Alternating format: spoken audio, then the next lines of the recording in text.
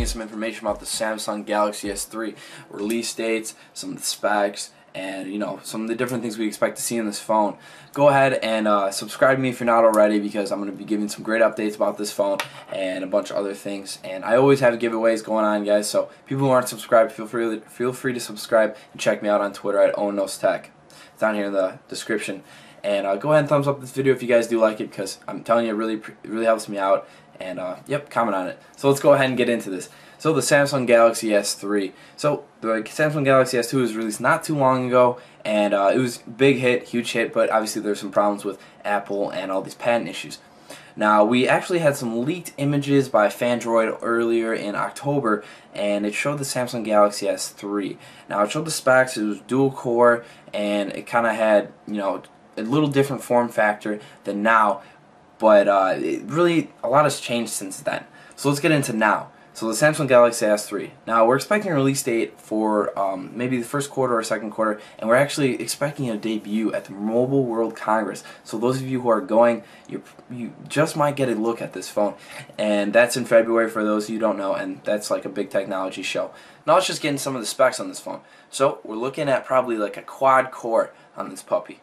Yep, quad core. Now many of you maybe think, well, this really isn't necessary, but it actually really is, because people are going to buy quad core phones, and they're not going to sell phones that aren't really going to get sold. And it's really the rush for the quad core right now, because it is a huge marketing technique, even if a lot of the applications aren't really focused on developing towards that multi-threading and taking full advantage of that quad core. But it's really going to be a huge thing. So with that being said, there's not very many options, a really clear consensus right now. We have the Exynos 4412. This is a processor. It's a 32nm quad-core processor, and it's an A9 chip. So that's probably the most likely thing that's going to be happening here. But we also have a possible dual-core option, which, it's very possible, but I'm not really sure that's going to happen. It's unlikely. We have the Exynos 5 series. It's actually not going to, the 5250 is actually not going to be available till later in 2012 for the Koreans, so I wouldn't really expect that to be on there, because they're probably going to look to get this thing out by second quarter. Now, if we move on, a big possibility in this phone is that we might see like a different form factor in it, because like I said before, there was all those patent wars and stuff, and I'm sure Samsung really doesn't want to see its sales getting blocked like it did last time, and all these delayed releases, what have you. So even if it's not huge, we're definitely going to see a bit of a form factor change. Still probably going to be that candy bar kind of thing, but I really don't know. I'm really going to be surprised what they do with it. I hope they kind of keep the same, maybe just switch it around a little so Apple doesn't nitpick at them. But let's move on to some of the other specs. We have a big possibility that we're going to have a 4.6-inch screen. Now it's going to be featuring Samsung Super AMOLED Plus display. Great display, great colors. I have the Samsung Infuse, and I got to tell you, the screen is great, colors are great, and compared to the other phones, I really do love it. And it's probably going to be featuring maybe some Gorilla Glass on that, and the pixel density on that is probably going to be about 320, given the resolution's 1280 by 720, which really seems to be kind of a threshold that a lot of people are encountering, unlike the iPhone, because you want to get these big screens, 4.6 inches, and you want to stuff all the pixels you can in there, but to make it available to consumers at a reasonable price, you're really not going to be able to get up in the 400s and so if you're going to be releasing a 4.8-inch screen. But 320, I'm happy with that. Some people may not be. Now let's move on to a couple other things. We got the LTE connectivity. It's going to be a must, because frankly, all these networks are being released that are really fast, and why would you want not to have LTE?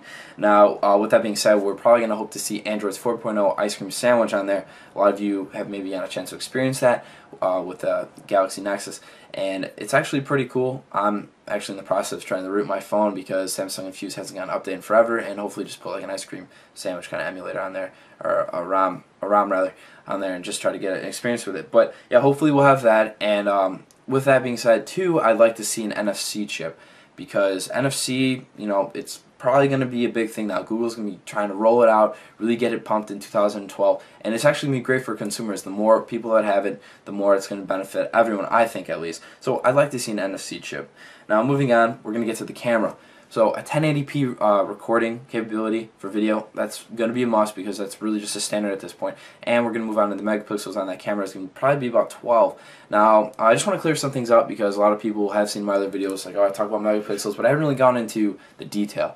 So megapixels is, maybe like how do I explain it? So if you have it's kind of the pixel richness of your picture. So if you're gonna have two cameras, one camera is 8 megapixel, maybe one's 15 or 12, say like this phone, and you take a picture of like an apple or something like that, and you're gonna do a print of like 3 feet by 3 feet or even bigger, whatever, and probably many of you will never do that, but the one that has more megapixels, you're gonna see, you know, it's gonna appear a little more sharper because there's more pixels, less fuzziness, and it's just better resolution.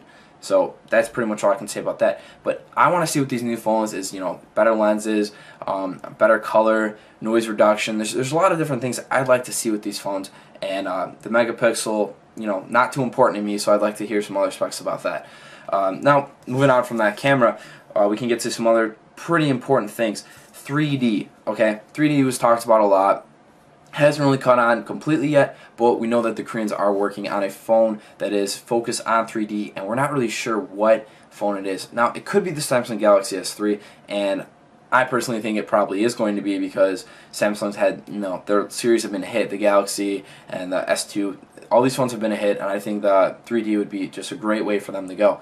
Now, something for me to conclude on these specs, guys, with the Samsung Galaxy S3 is battery. Now, all of you have Android phones that are probably watching this. Some of you probably do have Apple and you're interested, you know, just what's going on with this phone. But battery is just a killer with these phones.